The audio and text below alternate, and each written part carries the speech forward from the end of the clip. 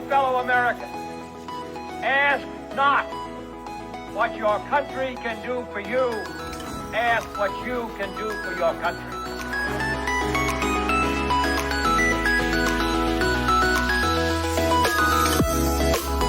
So just as I say we aren't going to let any dogs or water hoses turn us around, we aren't going to let any injunction turn us around. Well, I don't know what will happen now, but it really doesn't matter with me now, because I've been to the mountaintop.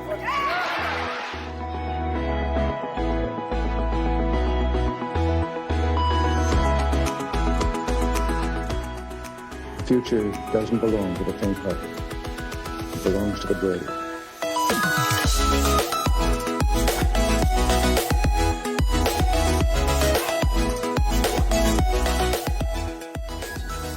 Come here to this gate. Mr. Gorbachev, open this gate.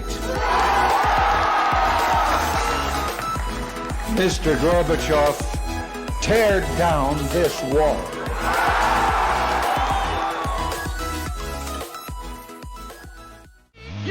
People have the power to create machines, the power to create happiness. You, the people, have the power to make this life free and beautiful, to make this life a wonderful adventure. Then in the name of democracy, let us use that power. Let us all unite.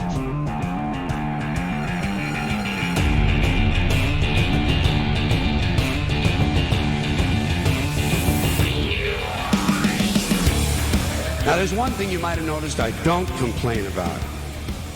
Politicians.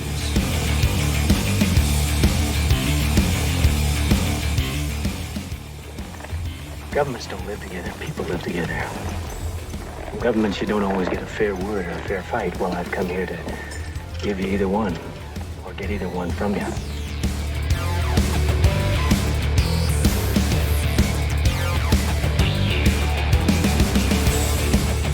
That's totally taken out of context. Well, not really.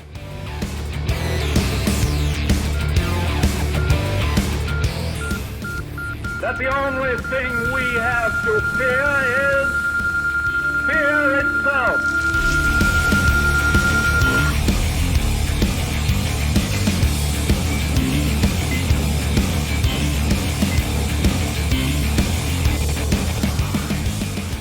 In the councils of government, we must guard against the acquisition of unwarranted influence, whether sought or unsought, by the military-industrial complex.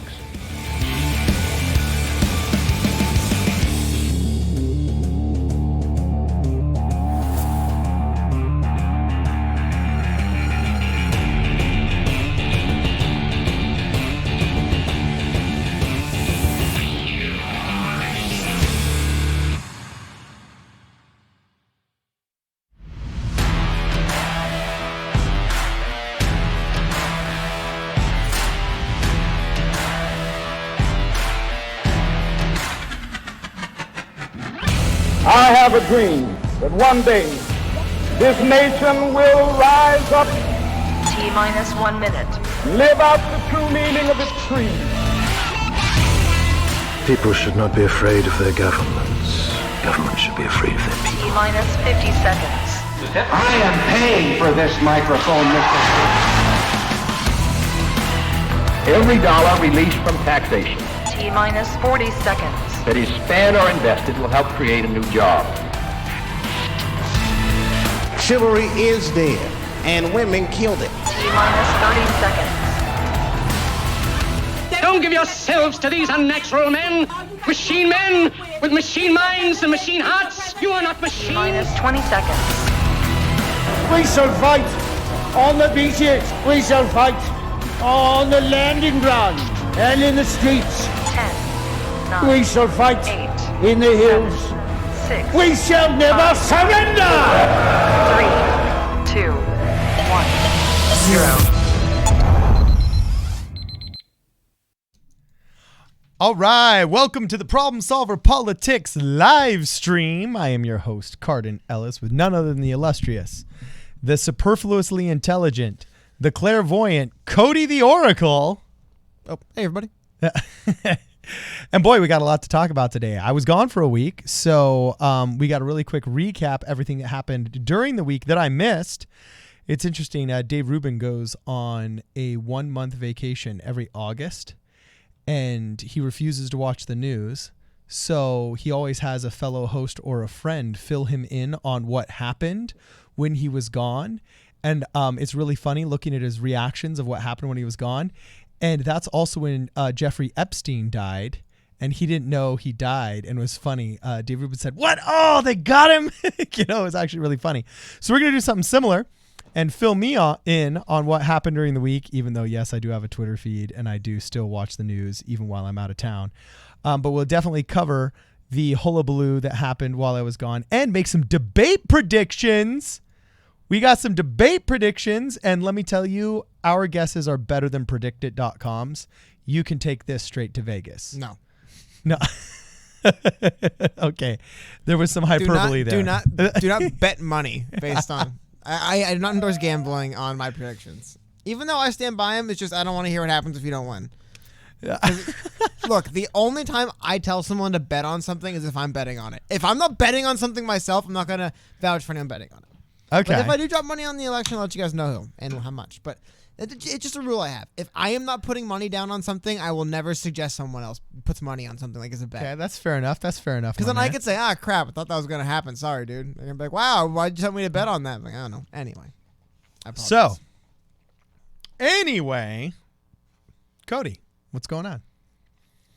Well, we kind of talked about this already a little bit, but I don't know. I guess giving everyone a chance to get in before we get to talking about the debate a little more.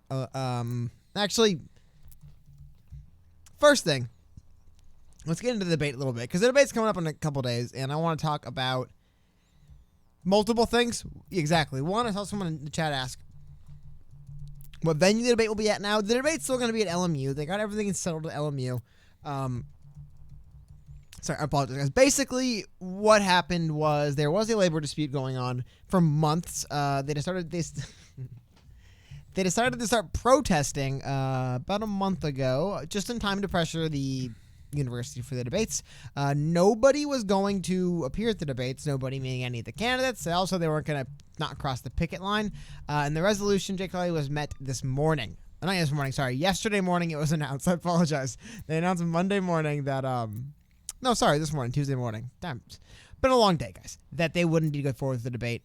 Basically, what seems to have happened is Tom Perez from the DMC got in the middle of things, and he got Sodexo and the union to get together and have a talk, and it sounds like the union had a pretty good thing. So. Okay. That's there with that. Sorry about that, guys. 1 second. I started a few minutes earlier than I was ready, so I have a couple things. Hey, Calbear says you guys are fancy now. Oh, we're fancy? I wonder what that means. You guys are fancy now. Calbear, we're just waiting with bated breath for you to tell us Always fancy. In what ways we are fancy. What do you mean now, right? Because I'm so fancy, you don't even know. Isn't that how the song goes? What song? I don't know. We're so fancy, or I'm so fancy? Oh, come on, man. It's Iggy Azalea, right? Dog, did I just out-popular? So I've never heard of that. Anyways, We're So Fancy music video. I'm typing it in right now, dog, into the Google machine. Okay. And, of course, I'm on wireless, so it's acting slowly. But We're So Fancy is done by none other than... Okay, I'm sorry. I'm done hearing about it. Let's talk about the Iggy Azalea. Yeah, Fancy, featuring Charlie XCX. Glad to hear it. I apologize. Okay. Apologize, guys. This window got closed when I was starting. This is what I wanted to pull up. So we're talking about the debate. The debate, yes, it is taking place on Thursday, December the 19th, just 2 days from now, at 8 p.m. Eastern, which will be 5 p.m. local for us. It will be at Loyola Marymount. They finished all the labor disputes. Tom Perez himself stepped in. What a guy. Got it handled. So as far as who's going to be there again, let's run through it because we're going to talk about all these people. Former Vice President Joe Biden. By the way, I read a New York Times article. I've seen this before, but I've never seen the full Joseph H. Biden Jr. the second or some nonsense name they pulled out for him. He will be there. Mayor Pete, Senator Amy Klobuchar, by the way, Queen of the Boomers we learned today. I didn't know. Senator Bernie Sanders, Tom Steyer, Senator Elizabeth Warren, and Andrew Yang. I guess mayor's an elected official. I don't know. I don't know why he gets Mayor Pete, but it's just Tom Steyer and Andrew Yang, not businessman Andrew Yang and billionaire Tom Steyer. Is billionaire really not a title? You really don't get that title, billionaire, when you do something? I was about going to say, that's kind of... Because I'll tell you one thing, don't hold it against you. Like, Bernie Sanders has no problem calling you a billionaire, you know what I mean? That's true. If it's something they can hold against you, it should be able to be used as a positive way of referencing somebody. And I got to tell you, one of the best tweets I've ever seen in my life actually came from Drake. A billionaire that follows Drake. It was hilarious. Drake had actually texted out a lyric saying... something about how, to all you haters out there, or you little people out there that are dogging on me, you don't know what it's like to show up and get paid $1 million. You know what it's like to make your first $1 million. And then the billionaire responded. It was like some no name that nobody would recognize, you know what I'm saying, until they actually investigated into who he was and what it was. But he says, yeah, try your first $1 billion. Try your first $1 billion. Drake was like, you know what it's like to get paid $1 million. And he was like, try your first $1 billion. It was actually really awesome. So Okay. Well, if you can dog on Drake with that term, I think you should be able to use it positively. Sure. So anyway, now that we got that riveting discussion out of the way, Don't be so dismissive, dog. Sorry, dude, I was enthralled. But here's the thing. So this was the talk time for the last debate, broken down from most speaking time to least. You could see Elizabeth Warren, we remember, spoke a ton. But it seems like, actually, in the end of things, Pete Buttigieg got his words in instead of Joe Biden. Andrew Yang, of course, barely spoke in this debate. I thought it'd be interesting. So, because remember, Cory Booker and Kamala Harris and Tulsi Gabbard aren't at this debate. What do you think the speaking time is going to break down for this debate, Carden? Do you think it'll look anything like this? Do you think, by and large, for the most part, you can pluck Booker, Harris, and Gabbard out of here, and by and large, this is what we see for the order? Which, by the way, if you did that, it would go Warren, Buttigieg, Biden, Sanders, Klobuchar, Steyer, Yang. Okay, I think this is what's going to happen. Do you? I mean, I don't think it's crazy. First off, Hezekiah Crocker says DJ Carden, then air horns, which I think is a very valid observation. Usually you're the guy that knows all the pop culture stuff, and I'm, booming it in the 90s. So I'm just really proud of that past minute, Cody, just really proud. But anyway, let's go substantive Andrew Yang stuff. This is what I have a sense will happen. There will in no way be a drift away from the top third. But in an interest to not be dragged into the same accusations of Yang media blackout and, unfair treatment of Tulsi Gabbard and so on and so forth, I would think that both the moderators and the executives putting these lineups and these questions together will be interested in giving the people who have complained of bias a little bit more time. So I don't think the top three will change, or I should say the top four. The top three of Warren, Biden, and Sanders, I don't think will change. Buttigieg being up there, I think will also still be in fourth. I think the middle third will change. I think who's in the middle third is what's really going to change. Does that make sense? Well, I mean, most of them aren't going to be there. So, yeah. I mean, the middle third is basically gone. There's going to be no Gabbard, Harris, or Booker, right? I mean, yeah. Oh, no, I'm sorry. I meant to say just of the bell curve. Oh, no, but you know what I'm saying? I agree, actually, it wouldn't even be a bell curve. It would be the third of the whatever graph there is. No, yeah. I mean, what I think we're going to see as far as the actual talk time breakdown, not like minute by minute or anything like that. I definitely think Tom Steyer will speak less than Andrew Yang. I think Yang will trend down, but it was weird that he was at 0, right? Uh-huh. His style seems to be he's going to talk less than someone who's just going to ramble on and on. I definitely think that, yes, like you said, Warren, Buttigieg, Biden are going to probably talk the most with Bernie Sanders. Bernie Sanders probably should be talking more than Pete Buttigieg will, but he won't have a chance. Now, will it be like the numbers we see here where it's basically like, I would say the relevance between Joe Biden speaking for 40 seconds less than Elizabeth Warren, like who cares? You know what I mean? They functionally all spoke for the same amount of time. I hope what we'll see is something more like that where we have every candidate speaking similar, but I don't know, man. With 7 people on stage... Well, some of this I think is very talent driven. Like Warren and Biden and Sanders obviously know how to handle themselves during a debate. They know how to raise their hands and they know how to interject. Yes. Some of these other candidates and haven't. ramble. Yeah, some of these candidates have not really figured that out yet. Oh, whoops. I kind of spoiled the next little thing I was going to talk about. I'm seeing a lot of questions here about who's going to go after who, and I found a lot of those to be fabricated by the moderators. A lot of people have been asking, like, who will attack who because who's sitting next to who. There was that famous incident where Jeb Bush attacked Donald Trump when he was standing right next to him, and it's often that people will attack the person that's right next to him. I don't really see any blows coming from Andrew Yang. That does not seem to be his personality. There might be attacks, there might be challenges, but not outright attacks. And so I don't really see too much coming from Yang, and any kind of attack from Mayor Pete towards Yang, who's standing next to him, would just be disastrous for Mayor Pete. Yeah. Well, disastrous, because his data is just right there.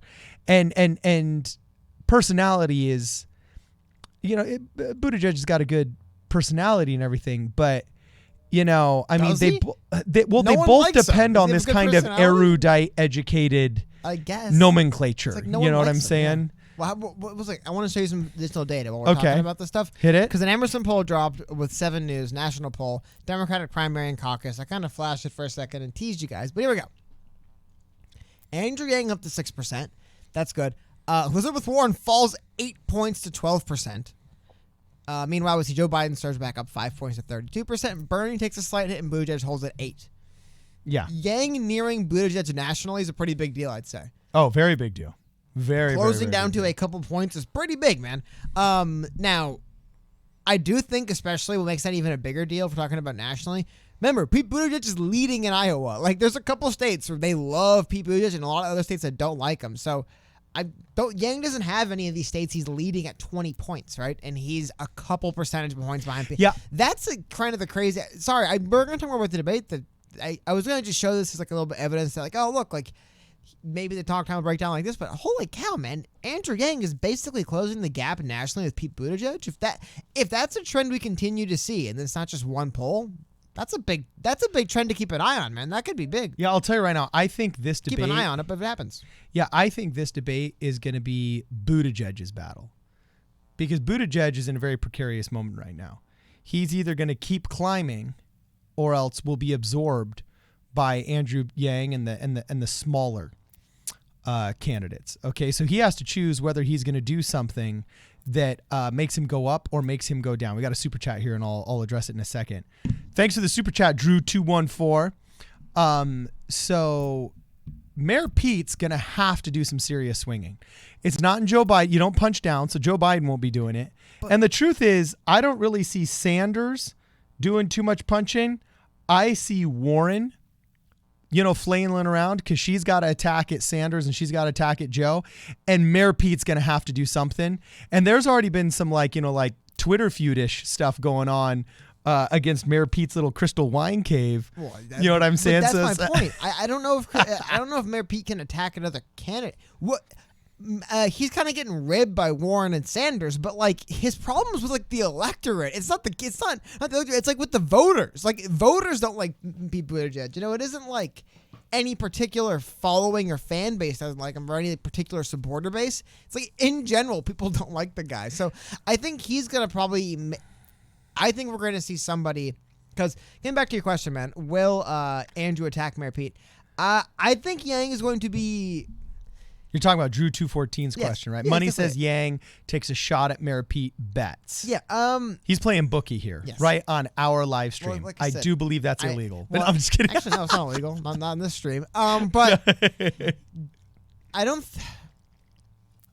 Kind of wonder if this will happen. I wonder if it's honestly bad news for Yang if no one mentions his healthcare policy over the 3 hours. That's like bad news for him. He's kind of probably hoping someone pushes on him on it. Like he's going to want, looking at that and looking at the response, it's almost like he was directly antagonizing Bernie Sanders and Elizabeth Warren to attack him on stage. You know what I mean? Like it's this notion that he basically released something that, I mean, just look online at the response. There's a lot of people who are very upset about it.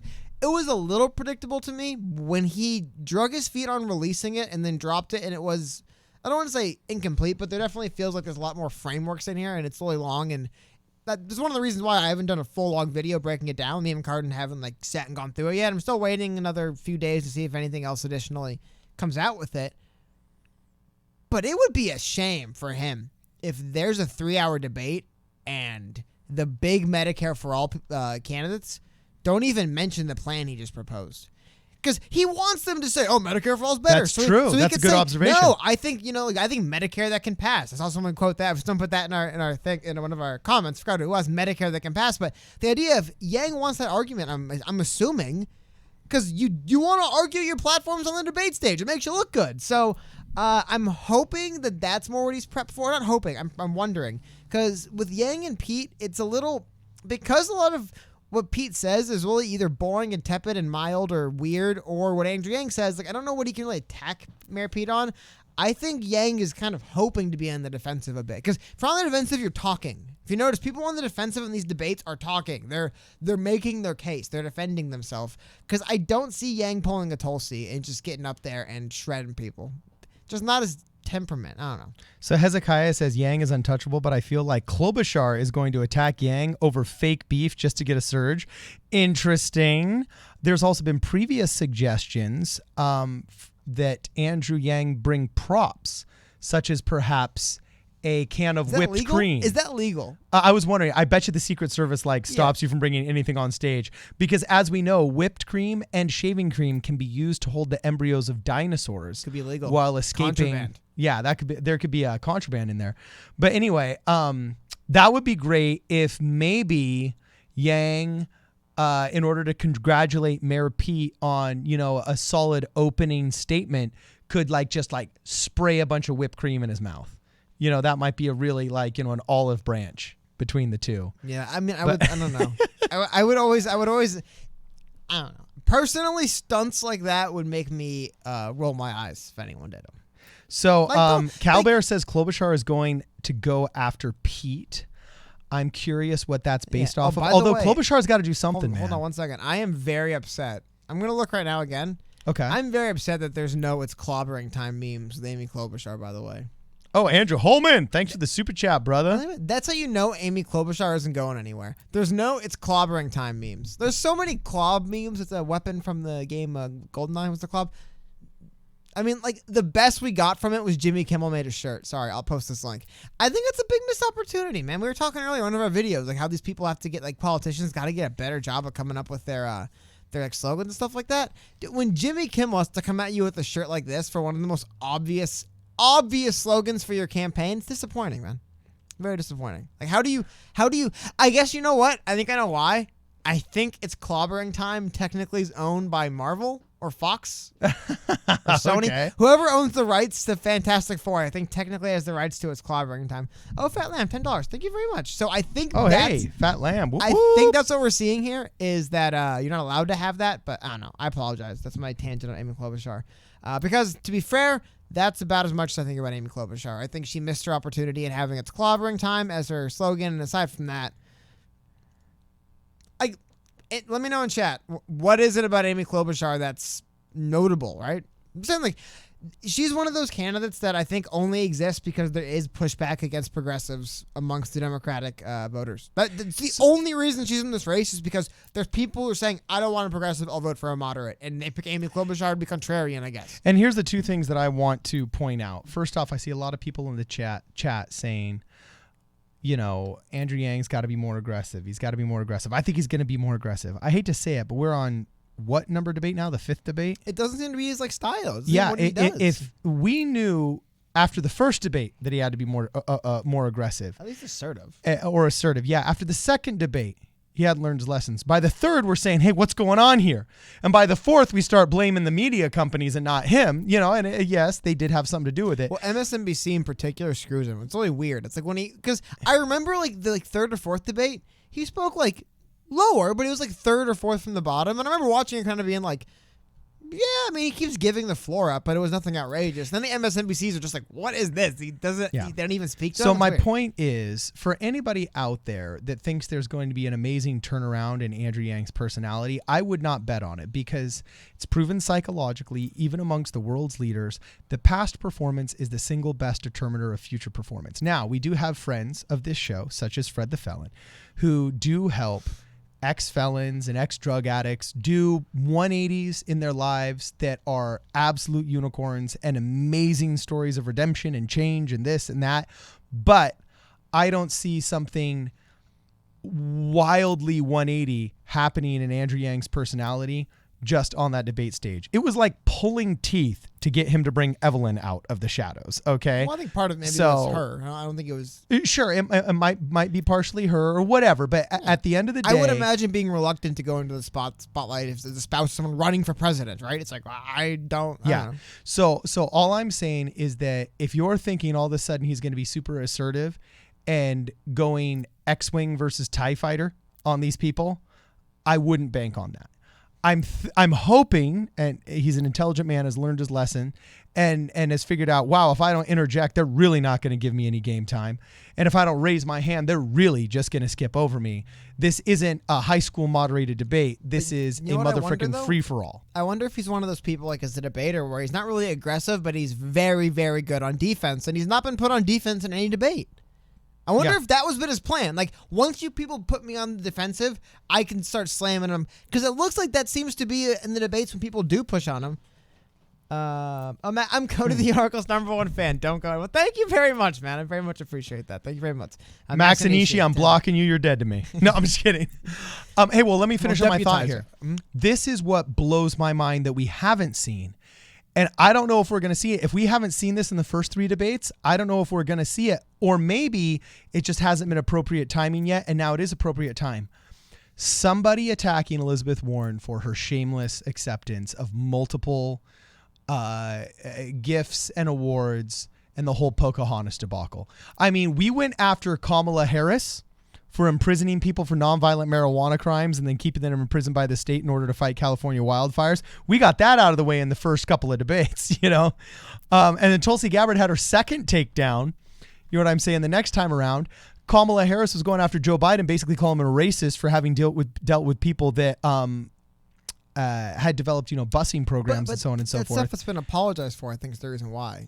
Yeah, but at the end of the day, Elizabeth Warren's, I mean, on the scale of intersectional grievous sins, what she did is easily top 3 of what I can think of in my lifetime. But here's the thing.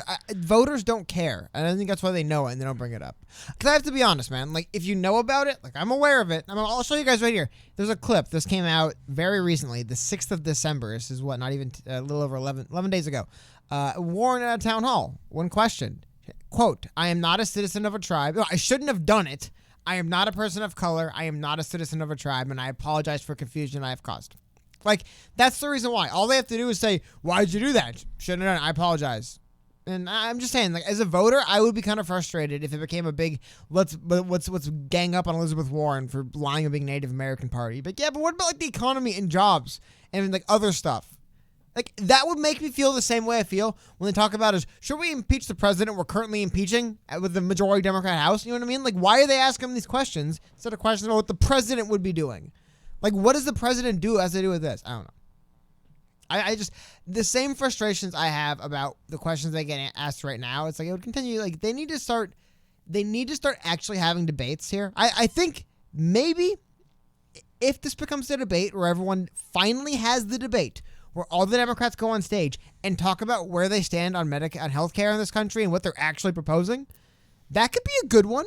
The healthcare debate? Well, it doesn't have to be like the literal healthcare debate, but it could be the debate where everyone talks healthcare. Because, like, I honestly think as much as I'm going to miss having Tulsi there, having Tulsi hijack 30 minutes of every debate and to go on her attack on random things. Like I said, well, it's good to get out there in the open when Kamala Harris does. I think at a certain point, well, we know Kamala Harris is now. What does it have to do with their policy? I don't know. The debates have not been substantive enough yet. So I'm hoping for some substance. I think if they draw in stuff like personal attacks, well, there's substance, right? Yep. Oh, how about this? Andrew Holman, $2 super chat, said, Cardin, what's your take on Yang meeting with Obama in January? And before you answer that, $10 super chat from Michael Canoyer. Hope I didn't get it wrong. Sorry. To me, Andrew Yang is way smarter than most human beings. I trust him to attack if the time is right. Perhaps he'll realize he will never be put in the defensive. So anyway, getting back to Cardin, the question. What is your take on Yang meeting with Obama in January? I believe this was confirmed at a fundraiser event. He said that he'll be meeting with Obama in January. What do you think? You mean he will be meeting with him, or his confirmed. previous meeting? No, he's meeting with him in January of 2020, confirmed. Okay. Or what? Postulated. Yeah, postulated. It's been confirmed to have been postulated.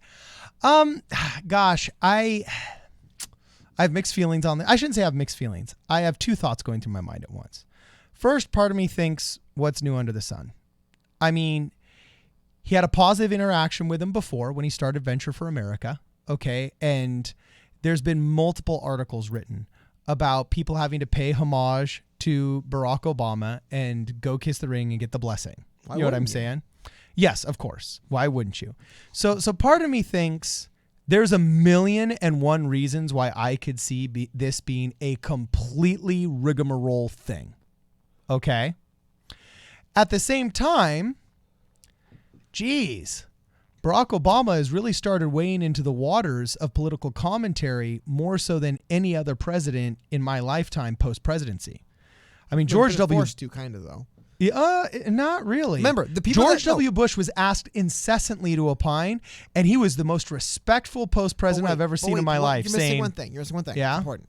The people that are supposed to be the establishment leaders of the DNC Yeah. largely were ran out of the party and resigned because of the disaster of 2016. So, like, that leadership structure that's able to allow the president to say, leave me out of it, doesn't exist. I was just getting to that. I was going to say, however, with that said, he's kind of the de facto leader of the Democrat Party right now. But then he's rejected by the kind of progressive reform movement. Yeah, it's a very weird time because there's so much controversy over the establishment leadership that now people are looking amongst what we call the electeds for leadership, which shows very poor health of the party. We have that problem here locally in our district, that the central committee and the actual elected party Republicans are so weak that people look to the actual elected officials themselves for the party leadership.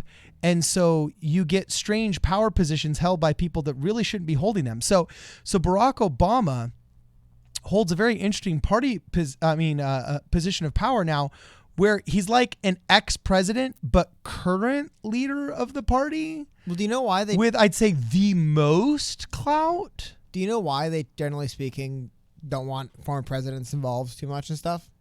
Oh, goodness gracious, because it just... this is my theory. This isn't proof. But once someone's out of office, and they're like just out of office, we start finding out the stuff that they were just kind of not telling us when they were in office.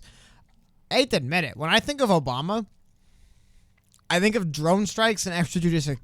Actually, it's funny. I was going to say the exact same thing. I was just going to think extrajudicial killings, drone strikes. The thing that is, though, and spying on reporters. Remember that Bush is a war criminal was like just what people said for about 8 years, for a while after he left office. So it didn't make sense for him to get back and wade into the controversy, wade into the stuff. Now it's blown over. I remember Donald Trump ran on George Bush belongs in prison. And we saw what happened with that. Huh? So what George Bush is now. But you see what I mean? Like, I think it's tough because if he tries to get involved in politics, they'll try to smear you. And this isn't just a headline; it's a story. They go through and they talk about blah blah blah blah. Sorry, this is a very long piece that I'll link if you guys want to read it all. Because I pulled up the wrong one. Anyway, though, this is an older article than what I was looking for. I'll pull up the right one and show you guys. Barack Obama was the head of the United States of America, which does drone strikes. Every Obama, 20 minutes for 8 years, Trump, we did extrajudicial killings. Yeah, but it's like the problem is though, and I want to make sure I get to the super chat before I forget. So this was a few I missed here. One was, look at them all, cool. So Pink Summer, $5. During debate, Yang should get in another 2 sentences after moderator tries to call a stop. He should show us his fight for America. I do agree. He's never once done what everyone else does, which is force them to kind of be like, please stop talking, and then cut his mic. He hasn't done that. And someone said, oh my God, you're answering questions from super chats. I got one. Do you think that if China beats us to AI, does that mean that China wins? That's a very good question. No. Actually, I'll tell you why no. Well, I just want Okay. I want to touch on this because claimed Obama was a mass murderer. I want to at very least for a very second kind of couch I'm talking about a little bit. Basically, when you get elected into you're the president, they introduce you to a bunch of people who've been in Washington, D.C. making decisions before you were elected president and will remain there making decisions after you're elected president. Whoever is in charge of the United States of America is going to be responsible for all the deportations and killings, whether it's Obama, Trump, or Bush, right? So when you're just out of office, it's easier for them to hang that stuff on you because it just happened. But it's just, you're the president. When these things happen, yes, you're the president. But a lot of this stuff's put in motion that's bigger than you. That's what I was going to say. So back to what you're saying. Cardin, do you think if China kind of develops AI at a rate that so far surpasses us, that's it? They're done? They're incapable. They're incapable. Why? Yeah, okay. I have studied extensively the relationship between China and the United States of America, especially when it has to do with the development of new technologies. And China is the copier in chief. They're a giant copy machine. They know how to lie, steal, and cheat, but they don't know how to invent. And the proof of this actually comes from their. That seems simplistic. No, I'm somewhat oversimplifying the argument here, but in order just to explain it quickly, is if you look at sports, China excels in the Olympics and in other international sports at sports that are very objective, meaning you get from point A to point B in less time. And you have to practice there every single day. There's probably or we kill your family in there somewhere too. But they're really good at the objective sports. They're very bad at the subjective sports that generally get judged with ratings. And there's multiple and intricate thought processes involved that have to be done on the fly. They're not very creative, and they're also not good at defense in team sports. That doesn't make. This is the crappiest argument I've ever heard. No, it's not the crappiest argument. This is the stupidest I've ever heard. It demonstrates that culturally they are not inventive. I refuse to believe that Chinese copy people are our not inventive. AI. I think they could easily Correct me if I'm wrong. Didn't Chinese people kind of invent the Chinese dynasties invent stuff like gunpowder and a bunch of other things we use today? Were invented by the Chinese dynasty. That was Japanese. Really? Oh, sorry. Yeah. I don't think. I think you're wrong though, because I think that was invented in the Chinese dynasties and empires. Okay, but either way, I'm not talking about the Ming Dynasty 4,000 years ago. All I'm saying is, dude, trust me. There's plenty of Chinese companies that innovate all the time. Just because for whatever reason you think they don't play good 3-4-3 defense so in much soccer, of means their they're an innovative innovation. country. Just because their gymnasts don't please you and the judges from wherever No, they're it's from. not me. I'm saying there's data that supports this. That is the weakest Cody, argument. you were I've ever there heard. That's the weakest argument I've ever heard. You were That doesn't there. make any sense, dude. You were there when we interviewed the guy that ran the international basketball team for all of the expats in Asia. And I had asked him that hypothetical question. I said, if U.S.-China relationships were a basketball game and you could convert... How about this? Anecdotally, I'm a big fan of Dota 2. I follow Dota 2 very closely, and some of the most inventive teams came out of China. Okay, one of the most inventive teams in history of Dota 2, they're called Wings Gaming. Formerly, they won the International, the largest video game tournament ever held, ever. By using this inventive creative strategy, it blew people away and no one knew how to respond to. So I just blew out your stupid anecdotal evidence with my stupid anecdotal argument. Okay, it's not a real argument, man. It's not a real argument. No, that's why I'm saying go look at the data from the actual Olympic Games. I'll show you my data. This disproves you, and then who wins? Okay, dog, you obviously don't like what I said for some reason. Because they're crap data points. It's not even an argument. Look, okay. That's like me saying Chinese people are creative because Wings Gaming and TI5 are these creative strategies that are out of the box. Okay, I think as long as the United States culturally fosters an atmosphere of innovation, forward-looking, and technological development, we will outpace the contraband copied version of the Chinese, so our AI will be better than their AI. And as long as our AI is better than their AI, we win. That's my answer, Knox 404. Okay. Thank you for the super chat. Well, it makes more sense than Chinese people aren't creative. I was like, that doesn't make any sense. So Knox 404 with another super chat. Keep it coming. Thanks. Let me see. I get that China is the best copying since they do not have freedom of thought, and so innovation is really slow in terms of internet area. Yes, and I get that, but they already have code. All they need to do is feed it data. Yeah, well, we got code. Everybody's got code. By the way, and I was correct. I don't know why you thought Japan invented gunpowder. Yes, Japan invented gunpowder, fireworks, printing, silk, pottery. I'm gonna push back. No one gets credit for inventing pottery and silk. I think everyone eventually found out how things work. My point being, pottery I think goes back to like my point, Neanderthals. It's like one of those things where it's kind of hard to claim invention of a thing we all like. Did someone really invent round, right? But like, I think the larger thing. But I think I apologize. It's just I don't agree. Bring sports in very touchy. That's a bad argument, man. Sports show creativity across the board for everyone. That's what makes them great. But okay. If you're saying that because the Chinese stifle the movement of information amongst their people, like the communist Chinese authoritarian government today doesn't let people freely exchange information and that holds back innovation, I agree with that, but the problem is it doesn't extend to the government. Like the reason why they block the exchange of information from people is because the government monopolizes it. So I do wonder, like, dude, China, you think Google rolls out technologies we're not aware of? What do you think the Chinese government has that we're not aware of? You know what I mean? So camps where they harvest organs. We're aware of those. What do you think they have that we're not aware of? You know what I mean? What's the stuff that, I mean, it's just, I think it's within a possibility. I think the larger thing though is, I think I don't know, it would depend. I think one thing weakening China, it appears, is that they have to kind of force themselves into kind of like a capitalist system to succeed a little bit. That's what they do. Like, it's weird they call themselves communist, but it's like, wow. When I think communist governments, I think basically we manufacture consumer goods for Westerners. When I think communist government, I think that's the backbone of it. We're going to manufacture consumer goods for Westerners. Like, well, what isn't that kind of ideologically weird, right? So, I don't know. That's okay. So sorry, I just want to get to this pink summary. I said $5. No matter what question, Yang should talk about all post studies of $15 minimum wage is not good for communities, but how and why UBI elevates entire villages. Again, if there was a debate that was the UBI versus federal job guarantee $15 minimum wage debate, that's the debate people want to see. We don't want to see we indeed all are still on board for impeaching Trump, correct? Yes. Okay, indeed he is bad, correct? Yes. Like, what is this stuff, man? We have 3 hours. Let's get to the meat and potatoes. So, okay, so we got 2 more super chats here. Should Yang vocalize a stance on the competitive race to genetically engineering designer babies that parallels the stance on the race to AI? That is definitely some Zoltan policies. We can talk I was about to say, we got Zoltan Itzvar on that, man. It's fun. We can talk a little Zoltan. And then $10 from Vignesh. I work for a Chinese computer OEM in North Carolina. That's one you never heard of. And when our Chinese employees visit us, even they don't trust our Chinese customers to not share our code with our computers.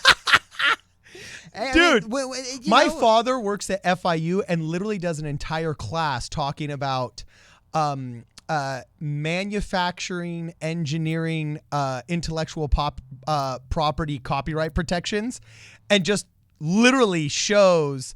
Did you know they literally have their own version of the F-150 out there, and entire Apple stores full of non-Apple products?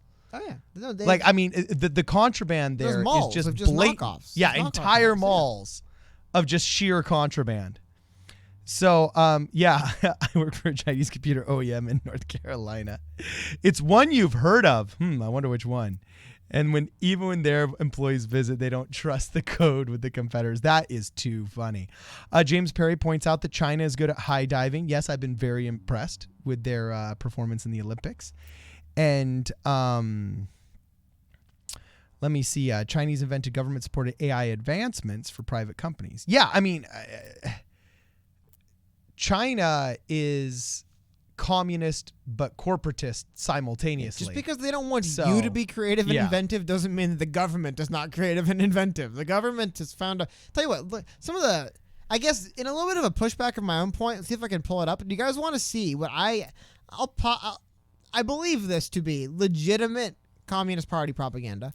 I thought it was a little interesting that they just kind of tweet this stuff because it's interesting. So if you guys want to watch, this is tweeted from People's Daily China. It's got one of my favorite veiled threats I've seen in a while.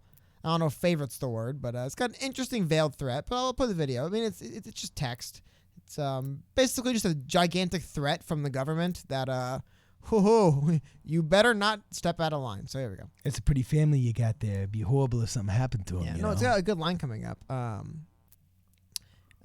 Anyway, we'll show the Emerson poll again, but rioters were premeditated. Yeah. Oh, sorry, 1 second, card. You take it. I got some. You want me to read it? If rioters fired gunshots, if the bombs were detonated, anyone might become victims. Oh, of who? Who's victims? Oh, we don't know. Yeah, that's crazy. Isn't that kind of like, if the violence caused by the don't make rioters me hit you, indulged, Samantha? You might be the next victim. Say no to the violence and the rioters. It's, I don't know, man. I gotta admit, this kind of stuff does not. I don't like seeing it, but at the same time, that's the propaganda is just posted by governments because I believe People's Daily China is the largest. It's the largest newspaper in China. I have to imagine the largest newspaper in China doesn't just post things that go against the wish of the Chinese government. Come on. And besides, here in America, our propaganda is posted just willingly. Okay, but by an independent media. Oh yeah. Well, so anyway, I'm going to the super chats. Yes, Tyron Trong says Yang 6%, Emerson poll. Pete is down to 8%. Yes, talking about it earlier. The national percentage of Andrew Yang has been growing in a positive way. And Roberto Rodriguez says something really interesting. What positive stuff has Trump done versus what Yang wants to do? I have lots of Trump-loving friends and want to see what Trump had done well versus poorly in y'all's opinion. Love the show. Thanks for the love, Roberto. I think what he's basically asking is what things has Donald Trump done well? Like the tangibles are like the market's up, the economy is up as far as people are employed, and the market is up.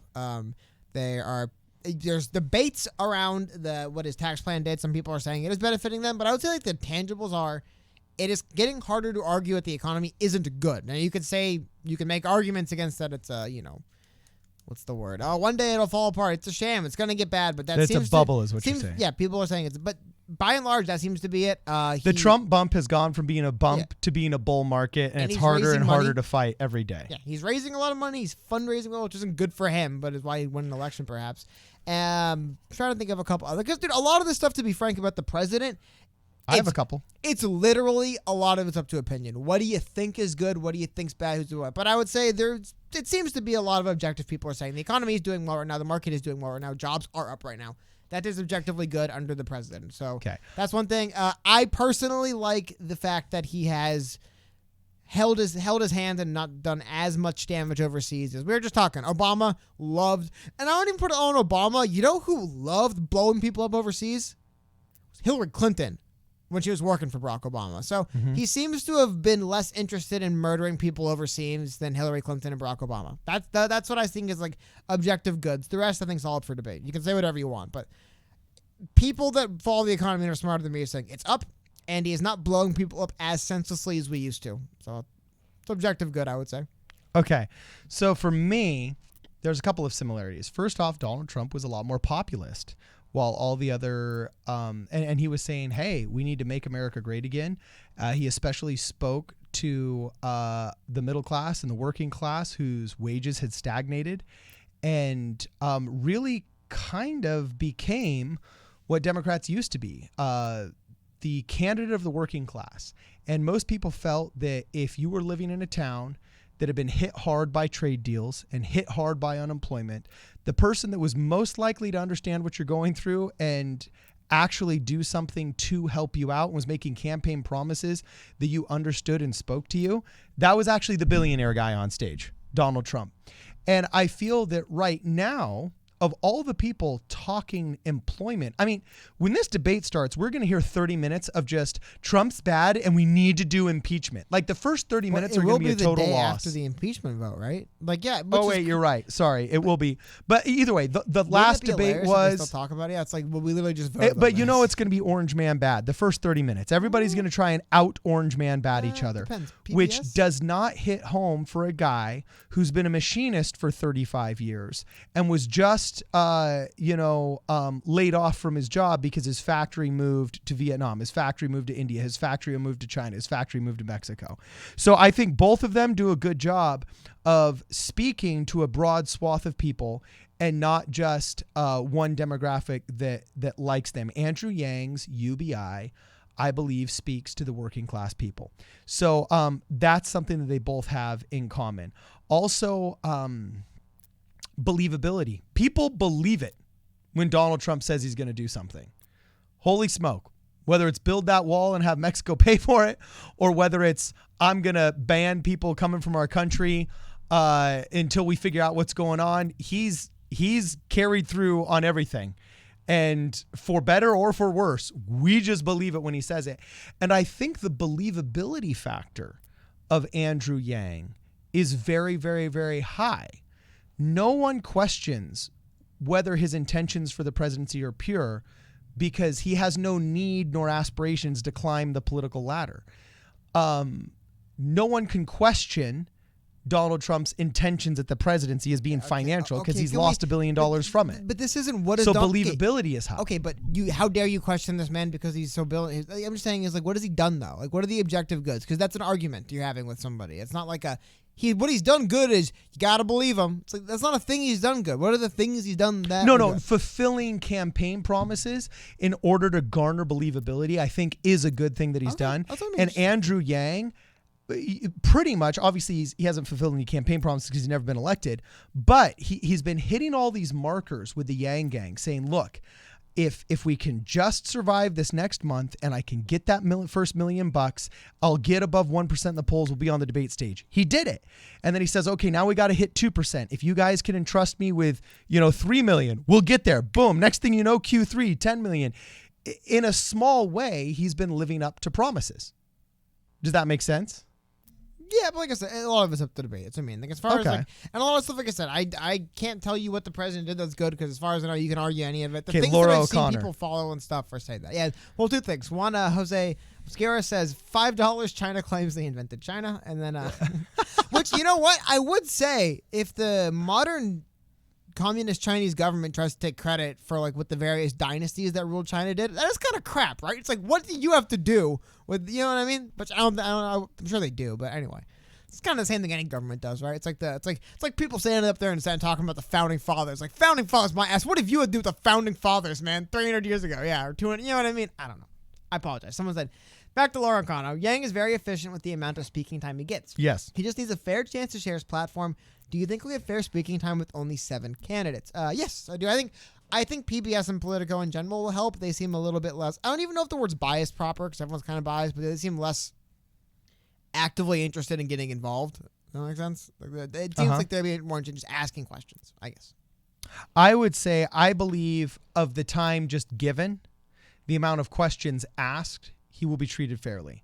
Then the question is, in the other half of the time that's kind of a free-for-all, okay, will he step up to the plate and grab some of that talking time for himself?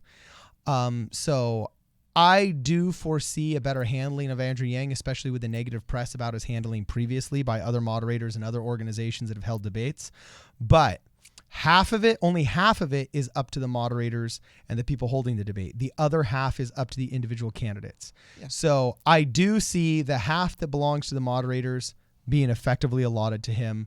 If not, we live in an insane asylum. Like, we know that it's a clown show, but at that point, it just becomes a literal insane asylum if these people haven't gotten it by now. But wait, I have a question. And then I got a question for Laura O'Connor after you. I have a question for chat. Yeah. Who among you will be there when Amy Klobuchar gets screwed and only talks for 4 minutes? Who among you will be standing at her side, all right? Because to be frank, I am imagining Amy Klobuchar is probably going to try to butt her way in, but I think realistically, Andrew Yang will trend towards the bottom again, just based on the fact that he will give the floor up 3 to 4 seconds early, 5 or 6 times, and it adds up to 30, 40 seconds and it bumps him down. Does that make sense? Yeah. And also, I got a question for Laura O'Connor. She was one of our first female super chats, and we were just talking today about Andrew Yang struggling with the female demographic. Or if he is, right? The data is coming out, and he is predominantly male, under the age of 30. We're talking to the tune of 70% of the Yang gang. Now, that's not bad. I mean, it's only intersectional feminists that will tell you men are bad. But hey, look, I got to throw them while I can, Cody. I guess, but just like I got to lob my hand grenades while I can. But anyway, the San Francisco baseball Giants hate that team, man. No, we're just talking about in society, not in sports. So anyway, it's all about society, man. Here's my question for Laura. What if you were a consultant for Andrew Yang? What would you recommend he do to get more Laura O'Connors? I'm interested in finding out how you got to know Andrew Yang, what attracted you to Andrew Yang, how you heard about him for the first time, and then if you were a fly on the wall during their meetings or a consultant in the room during their meetings, what would you recommend Zach Grumman and Andrew Yang do to get more ladies in the Yang gang on the Yang train? In the meantime, I have a question for the chat as well. Okay. Like I said, first of all, I want to get to the answers. Who amongst us will be standing beside Amy Klobuchar if she gets screwed at this debate? I have a feeling I would have. It's Cloverton.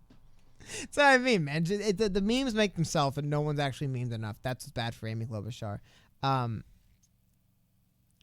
Shoot. What? I just forgot what I was going to talk about. I apologize. You're talking about the memes making themselves, and you had a question you wanted to ask. No, the chat. I was stalling while I was trying to pull the thing up I was going to talk about, and then I forgot the thing I was going to pull I was going to talk about. However, I thought this was interesting, just talking about the demographics. So back to your stuff while we're waiting for the response. Okay. Is, one thing I thought was really interesting, we brought this up in the video we were talking about. And I saw someone just commented on this too. See if I can, I don't want to, it's just a public comment. I can show a public comment. See if I can show it to you guys.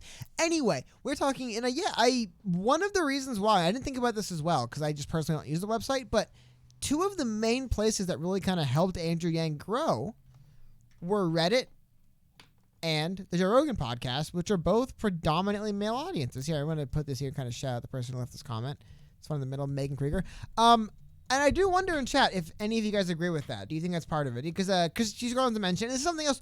We didn't get a lot into this very much during the video, but mostly because I just don't really have the evidence and stuff. I just anecdotally have seen it. But yeah, it does seem to be that there's a kind of energy, I guess you could say, that turns some women away. And it seems to be something like this, I would guess. That there's just this certain, you attracted the Reddit Joe Rogan crowd. And yes, the Reddit Joe Rogan crowd, I think the better point is, I think the Reddit Joe Rogan crowd probably developed as being predominantly male for a reason, right? And I think certain habits and energy probably keeps it that far away for a reason. I got some feedback. I just thought it was interesting, Reddit. I definitely mentioned Joe Rogan before. I hadn't thought about Reddit being predominantly male, so I apologize. So, Royalty20 says Yang striptease. I'm curious to see how that would go. Thunder Down Under style. Mick CK says, I'm a female and I never got pulled. So yeah, maybe there's some bad data there. And then there's also an interesting thing. Some people say more Evelyn and bring in more, B says more Evelyn and bring in more artists to the rallies. Let it be like an arts and crafts fair, and girls will totally show up to buy and sell their stuff in exchange for a portion of the sales going to donations. Okay, an arts and crafts fair for Yang. I like that. And then just really quickly, rock on. $5 super chat from Coastal Yang Gangs. I got to leave early tonight. Wanted to say Merry Christmas, Happy Hanukkah, and Happy Holidays, Josh Buff 4.0. Thank you very much, Josh. Hey, thank you. Like I said, friend of the show, been here for a long time, supporting us for a while. So thank you very much, man. Very much appreciate that. Anyway, sorry, Carden. So yeah, I was just going to say that's interesting. And then other people said more female-dominated shows, such as Wendy Williams, The View, so on and so forth. Okay, I'd be curious to see how much that helps. Yeah. Oh my God, are you kidding me? I would love to see Andrew Yang and Wendy Williams. People try to get Yang on Ellen. We got to get Andrew Yang and Wendy Williams. Yeah, I think that because I think Andrew Yang is one of those few presidential candidates who can go on a show. Because I think the thing I think interesting about Wendy Williams is she's not the kind of person I feel like if they said hey, can you do us a favor and not ask questions about this? She'd be like, oh yeah, it's fine. I'm not going to talk about this. You know what I mean? Seems like it'd be kind of a wild card interview, but I think he's one of the few candidates that can walk into a wild card interview and not be like Joe Biden can't just walk into some wild card interview and just be like, yeah, ask whatever you want. You know what I mean? I think Andrew Yang can be in a situation like that, an environment like that, where he has to he'll be asked some uncomfortable and weird things, but he can kind of flow with it, vibe with it, and then be personable and likable with it, I think. Okay, interesting. Sorry, I'm all on board. Let's get him on Wendy Williams. Hey, dude, I'm down. Send me the petition. I'll sign it. I'm down too. Kathleen K, I love how she spells her name, says bring more women in to manage the campaign. I would have we had a film czar here in Los Angeles. We're so stupid in Hollywood, and we tax production so heavily that now none of them want to actually film in Los Angeles. It used to be you would come to Los Angeles and on every street corner you'd see a film production. And because of that, the government started taxing them so much so they said, hey, we're going to go to these other places where not only do they not tax us, but they actually give us refunds. They reverse tax us and they pay us to come. So now no more movies are filmed in Los Angeles. Occasionally here outside of city limits in Santa Clarita, we get a lot of TV. But what happened is Los Angeles, in order to cope with this, hired a film czar who was supposedly one of Mayor Eric Garcetti's friends. Notice heavy emphasis on the friend, getting a 6-figure paycheck for not doing other than being a film czar. But anyway, his job was supposedly to try and reattract film business to Los Angeles proper. It was, a failure, an epic bureaucratic failure. But the idea of having a czar appointed to a specific task for something, I think would be a good idea. What if Yang had a female vote czar? Just boom, your job is to get me out of the 70-30 proportion down to the 60-40. Well, no, you know what I'm saying? Performance bonus if you can get me 60-40. I don't know what to get back. Sorry, blah, blah, blah. To get back to what they were saying though, I think what he is actively addressing this a little bit. So I want to highlight a story. It's about a week ago. We did a video on this, but it's going about a week now, maybe a little bit longer. Andrew Yang did bring on 2 new staffers to the campaign, a Ali Letsky, I believe, and a Julia Rosen, I believe both female. And both of them are going to be on for some marketing roles, I believe. One for direct mail and one for, I think, digital marketing. However, beyond working roles in the campaign's digital and direct mail efforts, they will also serve as senior advisors to Yang. Again, this is as recent as a week ago. So I do think a little bit Andrew Yang is trying to address the concerns of not having enough. Like, I think instead of addressing like a person and saying like, be my I think the better thing for him would be to bring in some voices. Because, dude, I have to imagine Bernie Sanders' campaign ran into similar problems. Obama's campaign ran into similar problems. Even Hillary's campaign probably had some similar problems. Probably a little bit less with Hillary, I would imagine. Even though, I don't know. And she didn't win, so she couldn't have that much female support. So I think this is a issue they've had to deal with. Because as we move more and more online, I think weird, pushy, aggressive dudes online tend to be the voices that get heard a lot in like Twitter and Reddit specifically. So you probably run into these issues, right? I don't know. That's what I think that's kind of one of the ways you get followers on these things. It's just by being weird and assertive and kind of like unique. People follow you, and then you get followings, and you just continue that. And it probably drives people away because, admittedly, there's a reason why some people refer to websites like Twitter and Reddit and stuff as quarantines. It's like that's where you put people to talk about the stupid nonsense so they leave us alone. Yeah, go on Reddit so you leave me alone. So I think a little bit of that could be an issue. I don't know. It's just my Julio says, hashtag 2 win cents. for Yang, but I'm also an avid Rogan viewer. In Davenport, there was a woman with the Yang campaign who was specifically looking for more female ambassadors in all states. That's interesting. That's a good point. Get Yang on Pinterest more will help the woman vote, says Gonzalo G. That's hilarious. Facebook as well, though. I think Facebook does have more female users than male. So Yeah, that's another interesting thing. I mean, because, certain platforms, the way the platforms just break down, they're going to be dominated. Certain spaces are going to get dominated by certain types of people, right? So I think Facebook lends to a certain type. Oh my gosh. Lauren O'Connor just says, my interests lean more towards male-dominated fields, so I'm a bad sample. That is engineering talk right there. I got to know, Laura, what did you graduate in college? She already reminds me of 2 or 3 friends I had in the engineering major when I was originally a physics major in college. You go to like mechanical engineering 203 and it was but anyway. 300 dudes and like 2 chicks. You know what I'm saying? And they got so much attention, it wasn't even funny. Anyway, his ideas benefit all equally, regardless of gender/skin color. People just need to know he exists and has a choice of winning. Wow, cool. Laura O'Connor, you sound like a cool girl, man. We'd like to hang out with you. You're pretty awesome. Thank you for the feedback as well. She self-declares as a bad sample. I wouldn't say you're a bad sample. You would be a treasure trove of knowledge. I would be wanting to pick your brain if I were in the political campaign. Everyone's a good sample, right? And then Jay Watt says, set up cardonsbattle.net account yet? Not LOL. quite. I'm working on it. Because I lost that bet on Twitter. And will you live stream and play the Andrew Yang game? Sure. That was released. No, it wasn't 30th, for sure. Oh, the 30th it's released. It's a thing with Steam. Recently, that game was actually covered in Newsweek, by the way. A couple of major publications have picked it up. Yeah, well, Dave Chappelle says, once it's in Newsweek, we'll believe that it's true. You love that one. I don't even remember it. Dude, I grew up listening to Dave Chappelle. My dad, Newsweek, man. My dad made me read the Book of Mormon and listen to Dave Chappelle. That was like my religious upbringing. All right. With my mom, it was Rodgers and Hammerstein movies. With my dad, it was the Book of Mormon and Dave Chappelle. Yeah, well, Chappelle Show's great, man. So, it's one of the many things that I actually physically had to purchase on DVD. So like no company can ever take Chappelle Show away from me, like they did with King of the Hill. Yeah. So GM says Sad day, man. GM says Cardin is having boomer flashbacks. Yeah. They're not flashbacks, man. They're just memories. And Jables I guess dogs I me. guess one could argue, yes, that all flashbacks are just simply memories. Well, we will call it a cinematic flashback. Jables dogs and says, OMG, sorry, Cardin, but I cannot for the life of me see you as a physicist. No, I was good, bro. I had a 4.0 in physics. I absolutely loved physics. And the deeper and crazier it got, the more theoretical stuff that melts your brain and other people don't like, I loved. I loved Newtonian mechanics, and I loved like quantum theory, multiple dimensional universe. I was actually going to write my own major, which was entomological physics, discovering the origins of the universe. Hold on. What? I don't know why we haven't done this before. I feel dumb now. I've never brought this up. And then we got to talk about Tim Alberta. I'm getting a lot of questions about Tim Alberta. Someone just sent me a comment on Twitter. Jake, shout out, man. He said, maybe this is weird, but can Cardin give us being Yang Gang lessons about going door to door? As a Mormon, they seem to be pretty good at it.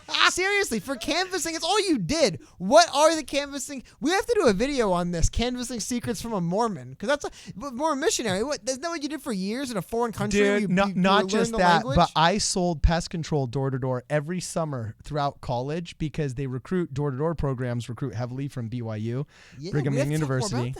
Yeah, so I have knocked hundreds of thousands of doors and sold literally hundreds of thousands of dollars of pest control door to door after I served my mission in Buenos Aires.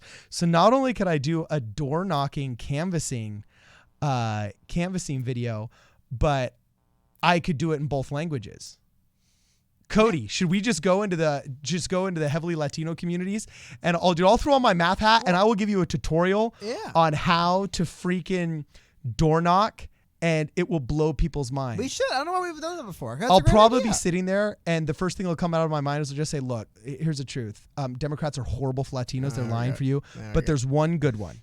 There's one good one. And if you're not going to switch to Republican right now, and if I can't register you as a Republican, then you might as well vote for this guy. Here, let me talk to the abuela, and I'm going to get your family straight. All right? We're going to straighten you all out right now, okay?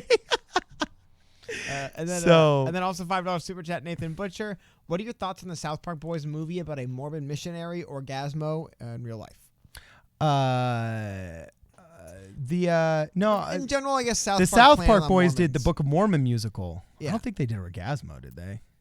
No, that was like some kind of weird porn from the 80s. I think it's funny. It's just like Mormon people are like, which one of the hit pieces? This is all I have to say, Nathan Butcher. Is my beef isn't with the South Park guys, it's with our society. I find it so lame that our supposedly liberal Hollywood and liberal Broadway will see fit to give a movie that mocks a major religion 9 Tony Awards.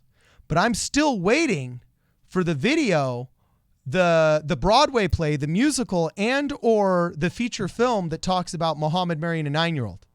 How come we're not lampooning him? Oh God, because we know everybody's scared of Islam. We can make fun of Christians all day, but make fun of atheists, that's dead on arrival. And make fun of Islam, that's anti-religious. Yeah, maybe we should. The hypocrisy of hey, you asked me a question, and these are my thoughts. God, the hypocrisy of our society, not like we need to do one of two things. Either say, hey, that's inappropriate that you make fun of Mormonism, which actually I hope we don't do because I'm a free speech guy.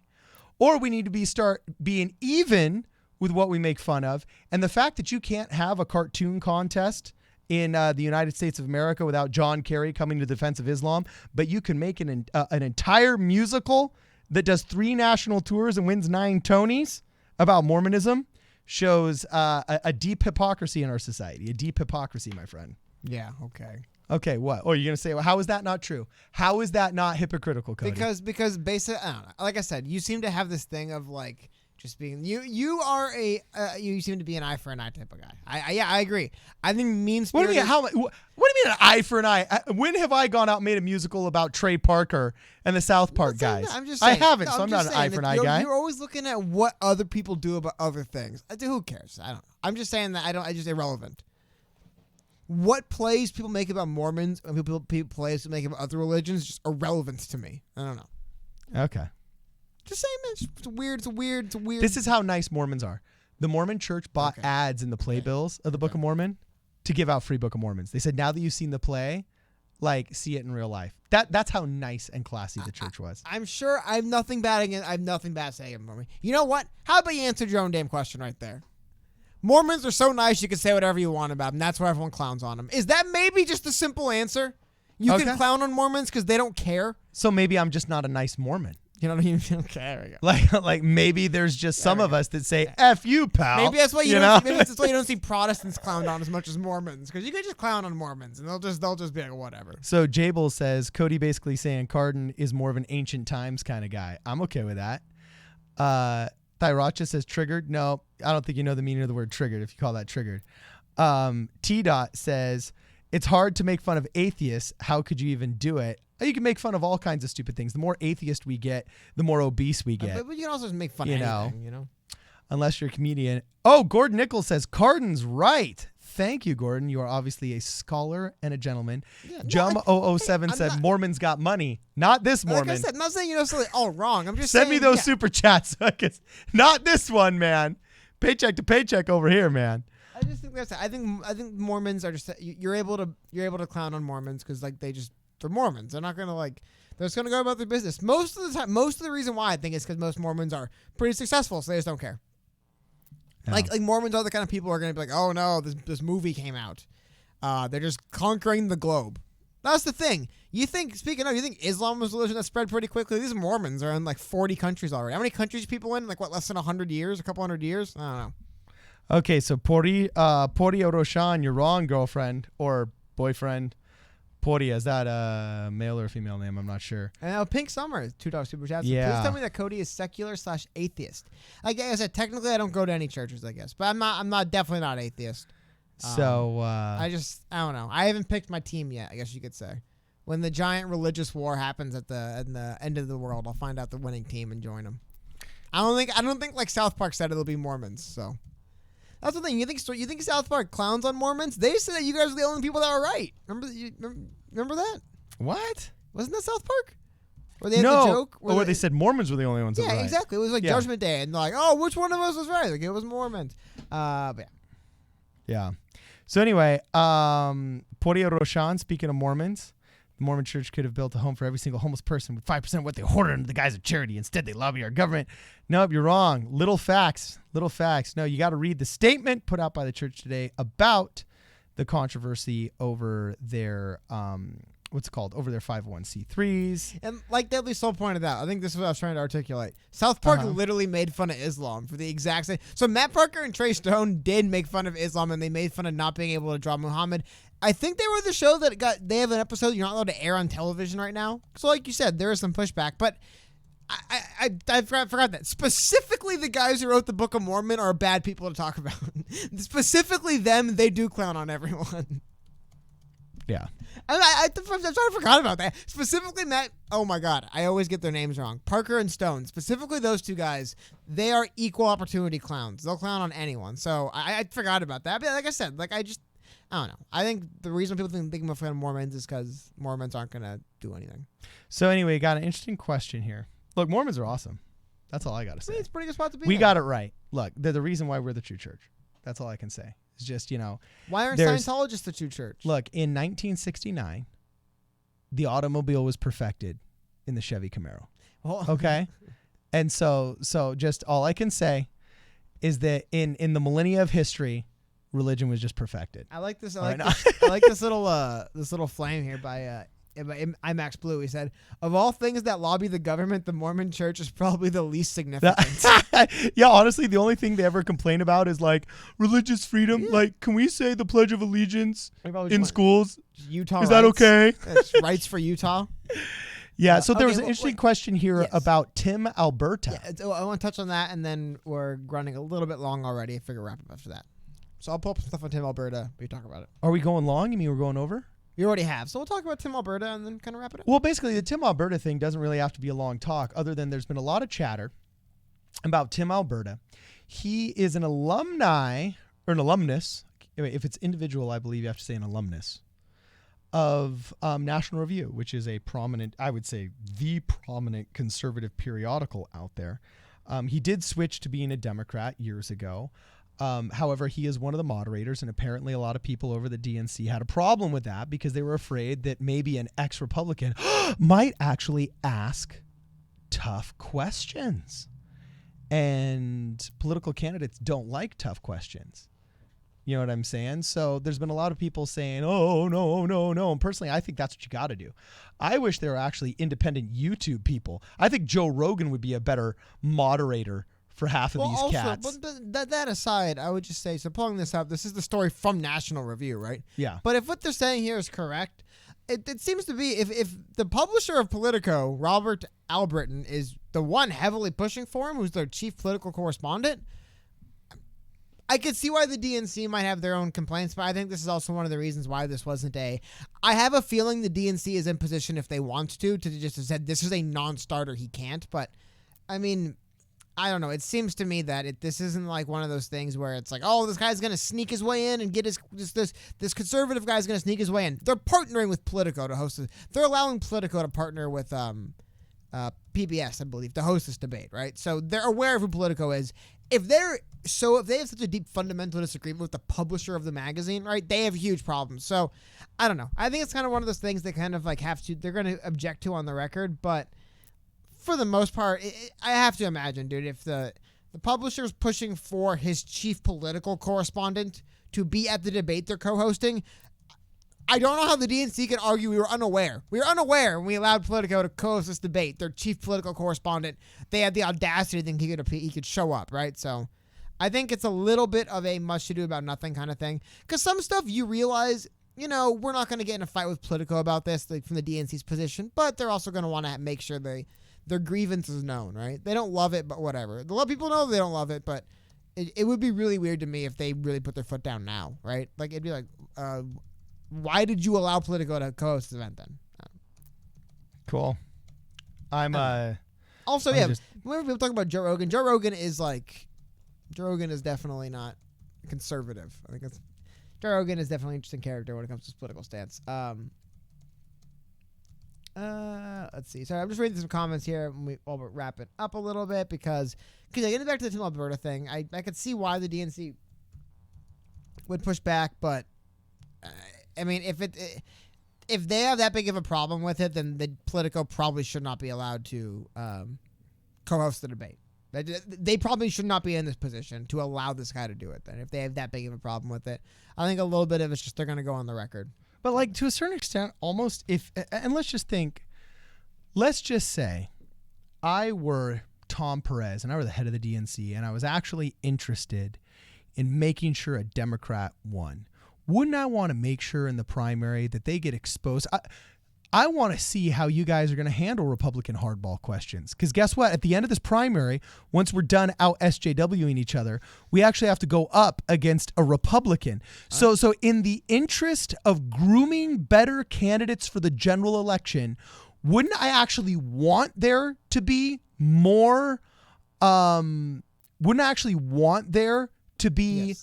Republican moderators to be testing the mettle of all my candidates? At least start dripping. And also, again, remember, at the end of the day, this is a Democratic Party debate. They're in more control than they're letting on. I do not believe for a second that they're just like, oh, this Tim Alberta guy, we've tried everything, but they won't listen to us. Maybe that's the case. Sounds crazy to me. Like someone said here, like from the DNC, their statement basically is that like, well, he covered Republicans once, so we can't. They really can't tell him what questions he's allowed to ask and not ask. Really? Is this guy so much of he's such a loose cannon that we can't even trust him, even though he's, the chief political analyst for Politico, which I don't think is viewed as some conservative bastion, right? So, I don't know. Again, much ado about nothing, I believe. $5 super chat, Robert Lee. Thank you very much, man. Appreciate it very much. Yogan's first question in debate. Have you ever had DMT? We're talking on Twitter, man. Could you imagine seeing candidates, politicians on psychedelics? Probably don't want to, but I'm just saying, could you imagine? Having Alberta in the debate to make the debate fair. And also, if you want to, like I said, like Cardin was alluding to, they're going to eventually get some more conservative pushback on the questions. Just when you have when you get to the general, you have more mix in the people asking questions. Yeah, why not start dripping that in when you have like just one moderator and one debate right now? And we'll see, you know what I mean? Start testing these questions now and then figure out the answers there. See, I think Andrew Yang would actually do really, really Yeah. well with a more conservative moderator because he's got so many facts and data. But here's the thing. and I push back on the notion that this Tim Alberta guy is going to be sitting there and just, start going, well, and just start reading. Oh, yeah, I don't think he will either. I think for the most part, he will ask, he'll ask a question, they'll be well, so will taxes go up when you do your healthcare plan? Like, that's the kind of, conservative questions you'll probably get, right? Like, what are your plans for the deficit? Like, I don't imagine we're going to get some crazy takedown from some guy. Could be wrong, I'm just saying. He doesn't seem like some wild opinion columnist. He seems like someone Politico trusts as their main political analyst, so I would be very surprised if he went all rogue, just loose cannon, asking crazy questions. You know what I mean? Like, so Joe Biden, did your son smoke crack? Like, I don't think we're gonna get these kind of questions from the guy because he used to be a Republican at one point. Like, I think for the most I don't part, think it'll all be of a pretty sudden fair he's and balanced, the same as anyone else for the most part. I don't think we'll. Yeah, I don't think he got to his career in Politico by being just some kind of hardliner Rush Limbaugh surrogate. Okay, so this idea that he's just going to be spouting a bunch of Republican talking points and doing gotcha journalism, I think is a very, at best, paranoid claim on the left. However, even if that were the case, I still think that would be better than a sycophantic left-leaning moderator. But no, again, I By the way, agree. does that not just expose I the agree absolute? that bad moderators are bad. Like, I don't want bad moderators. I want ones that are more or less just interested in the answers, right? I don't know. So, Roberto Blake asks Cardin, who would be most vulnerable to conservative talking points and questions? Warren, right? Those that never get them. Warren, Yeah, right, though? Warren. Because she's in general is does not respond good on her toes, and she kind of will go out there and say you want to talk about conservative talking points. Pocahontas is a huge one, but then you get to the actual policy stuff, and Warren continues to fall and fall and fall. I'm sorry, I kind of stepped on you that one, but No, it's all good. It's all good. Do you think Warren? Who do you think, or do you think perhaps who else? All of them. None of them can handle it. Like Bernie Sanders could handle hey, we did the math and all these policies that you've promised, whether it's free college, free child health care, whatever, said that in the first 4 years of your presidency, before your reelection, you would run up the national debt to $23 trillion. How are you going to pay for that?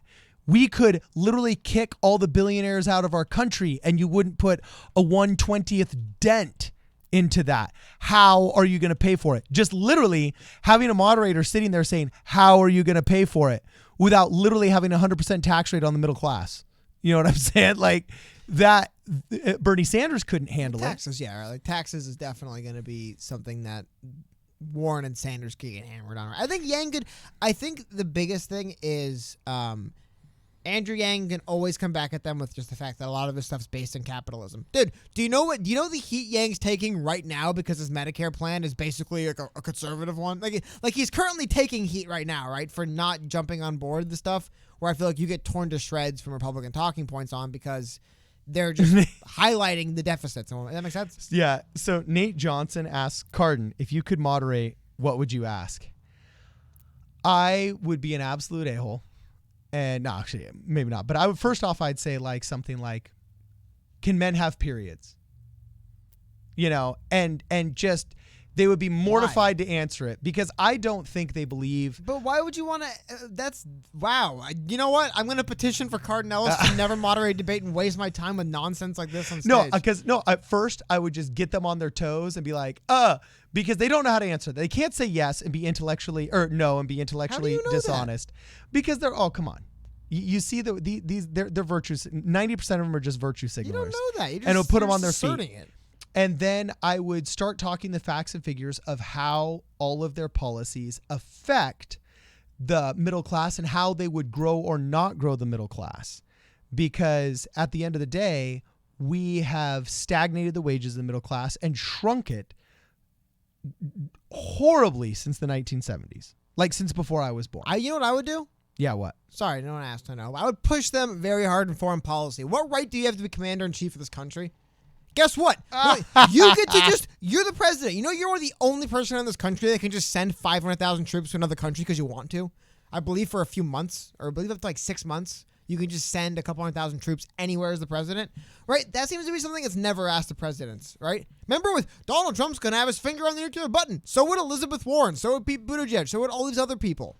Why is this never asked of anyone? A little bit, You know why I think they weren't asking before? Now that Tulsi's gone, they'll ask.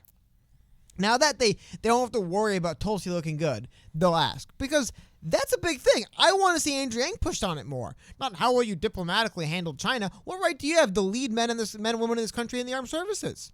You're the commander-in-chief now. That's your primary responsibility. You're the head of the, like, I think that's a good. You know what? I think a actually, lot I of take times that it back. gets stuck in I this would stuff probably of have well, your other candidate said that when he was campaigning in the 70s, he said this and he was not being honest with us. You know, it's like a moderator. Yeah, I It's actually would probably. I guess, but like, why should we follow you as a nation? Something along those lines. You can be more specific to policy, right? But these questions of just like inane nonsense is like, there's a reason why the debates are exhausting, because you don't actually care what any of the answers to these questions are. None of these questions can I ask you my real questions? questions? Sure. Okay. So I take that back. That was hyperbole that I'd say. Actually, I don't know. I might be tempted to just out of showmanship. But actually, my first question would be, how are your policies going to increase our birth rate? Second, how are your policies going to make the poorer richer and the richer simultaneously? Yeah, okay. Okay, to show that it's not, economics isn't a zero-sum game. And then third would be, like you, I'd totally rip that off and say, what makes you qualified to be our commander-in-chief? Okay, that'd be like a third question. And then how are you going to make us healthier? Yeah, that's good. How are you going to make us healthier? Because at the end of the day, there's I only want to know the answer to that.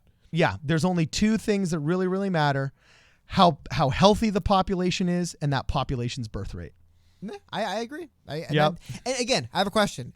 When the questions are that, and you actually legitimately want to hear what these people have to say, because here's the thing, dude. I have a question for you guys. If you pick like boring, dry, intellectual thinker types, there's still, people that make commentary. But how about this? Better than like, you can find like debates between like Sam Harris can debate Cenk Uygur and people will watch that. How come those are not as absolutely unwatchable and impossible to suffer through? Like, pick two people you hate, and I will watch two people I hate argue on YouTube or Twitch or argue online or have a debate. And I try to watch these debates. These are the people running for president. They're supposed to be pretty interesting, neat people. And I'm like pulling my hair out. Like, why won't it end? Like, why is it? Why is it random? Why is it, like I said, random people more or less? Just people online can have arguments and debates with each other on policies and stuff that people will tune into. And then it's like, our candidates for president. These people should be pretty neat, interesting, cool people with cool insights. And, not just somebody who, I read the news every now and then, but like, I've been in Senate for 20 years. How is that not a cool thing? Yeah. Instead, these debates are like, it should be like, oh, awesome. We get to hear it all. Like, we get to hear like Joe Biden, all of his experience in the House. How long is we've been seeing like Bernie Sanders in there doing what he's been doing, right? The longest serving independent in the Senate. These people get on stage and I'm just like ripping at my eyes, like, go away, I hate this. Like, why won't it go to commercial? That was the debate. I think it was the fourth debate where they went 90 straight minutes without a break. That was the first time in my life watching television where I actively was saying to myself, where is this commercial break, man? Like, why is there no break? You know what I mean? So sorry, I went long there, but it's just that, these debates, man. So we got a super chat here. Spot. Gonzalo G says, just wanted to thank you guys for always putting up great content. You're welcome, Gonzalo. I'm always waiting for a new episode. Thank you. We lick our chops and wait to make new episodes too. Me and Cody got a good relationship over here, and we love working in the studio. So thank you for the super chat. One thing I see people talking about a little bit in the chat. Marion H. This is not just in general. I'm going to just put out this is a completely just guess. It almost seems to me like, and it might even be, people might know this more than I do. It seems to me a little bit more like Evelyn is a little bit more perhaps Christian, I think. Okay, yeah, And I've Yang heard that is from many definitely people. more atheist leaning, and it might be one of the reasons why he's kind of wishy-washy on the subject. Because hey, it women seems to me civilize like, men. but Women civilize men. It seems to me like, because I believe I've heard him say like his kids are like his kids are growing up Christian. It almost sounds like Evelyn is raising their kids Christian, and he's still kind of atheist, but he doesn't want to go out there like clown on Christians because his wife's raising his like you know what I mean. That's again no insider info, just following Yang, listening to what he has to say in interviews. Because I remember people asking me, well, was Yang a Christian? And I'm like, I thought I read somewhere he was, and I read, well, he is, and he's an atheist, and this, and he's been in interviews saying stuff.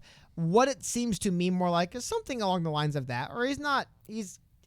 Yeah, like I think it's something like that, where I think Evelyn and his wife, because the only reason why I say that is because he said his kids are growing up. Maybe it's not Evelyn, maybe his grandparent, maybe his parents are religious, so they're raising their grandkids religious. I would just think it'd be weird if neither him nor Evelyn are Christian, why they'd be raising their kids Christian, right? But I don't know. That's just my guess. I just saw some people talking about it in chat. Again, I have nothing concrete. But am I excited for the Rise of Skywalker? No. I am not excited. I was about to say, no, SJWs ruined Star Wars 10 years ago. It's not true. It's not what happened. Okay. However, Disney did change the direction. The bottom line is George Lucas, for all of his faults, Star Wars was his. For all of his faults, for all the weird nonsense that came in the prequels, it was the brainchild of George Lucas. Ever since it's left the brain of George Lucas, the films have suffered a little bit. Except for the TV show The Mandalorian was the first time I saw something different. But they're trying to just say Star Wars is a brand we can capitalize on. But the weird particular madness of George Lucas Hey, Mandalorian's great. I'm addicted. But honestly, since episode 6, except for the lightsaber duel and the song Duel of the Fates, there has not been a worthwhile Star Wars production that's been put out that is not as good as a different science fiction movie. Outside of episodes 4, 5, and 6, you just can skip all the way straight to maybe Rogue One and then The Mandalorian. All the rest is hogwash. Just read the script. The script is better than the movie. I'll admit, I'm a prequel truther. I think the prequels are... I'm a prequel truther. The prequels are actually really good, and people don't see it because the acting and the performances and the dialogue and the way people talk to each other is really bad and awful. But the movies, they have something in them. But yeah, also, I've heard that because the reason why I don't want to, the reason why, and it's still mentioning this, the reason why I push back on like SJWs ruin Star Wars is because the production hell every Star Wars film goes through has nothing to do with SJWs, nothing to do with identity politics, nothing. The fact that Rian Johnson was for whatever reason given the keys to Star Wars with no justification because he made Looper, I guess, and then Rian Johnson on his own decided, I am just going to do my own thing and it's not going to be Star Wars and people aren't going to like it. That has nothing to do with it. The fact that Lord and Miller were brought in to shoot Solo and they basically wanted to make a comedy movie and Disney's like hell you are with our $4 billion investment. So they brought in Ron Howard to reshoot. Like a lot of this stuff is just production nightmare hell in the background. Hey, Atlas likes the prequels with you. They're good. And so does Sauce Good? Yes, prequels Oh are my good. gosh. Okay, look, Prequels dog. They have their problems. You convinced me. They have their this problems. is heresy coming from the mouth. They have some problems. Out of the same mouth. Okay, your mouth convinced me to go watch The Man Who Shot Liberty Valance. Great film. Great film. Very good film. Okay. You're saying that movie is as good as Jar Jar Binks running around like a buffoon in what looks like a Cal Arts senior animation project? I would never equate the two. A million years. Yeah, they're not both good movies. Like if your standard of good is Liberty Valance. No, Liberty Valance is an amazing film. It's one of The Man Who Shot Liberty Valance is like one of the great American cinema achievements, I think. It's an amazing film. John Ford, you got together a great cast. It's a story. It's moving to this day. I mean, that's the thing. I don't look at that as a good movie. It's an amazing film. One of my favorite American films ever made. Yes, I would not say The Phantom Menace is one of the greatest films ever conceived by an American mind in the filmmaking genre. However, as a trilogy, the prequels got some stuff going on in there that I think is really interesting. I don't know, like I was saying, dude.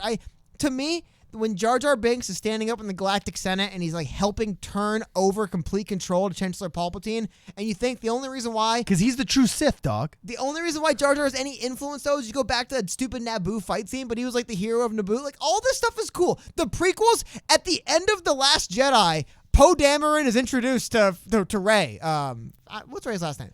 These two characters that are in both films didn't meet till the end of the second film. Like, that was not the prequels. The prequels, all these characters engaged with each other.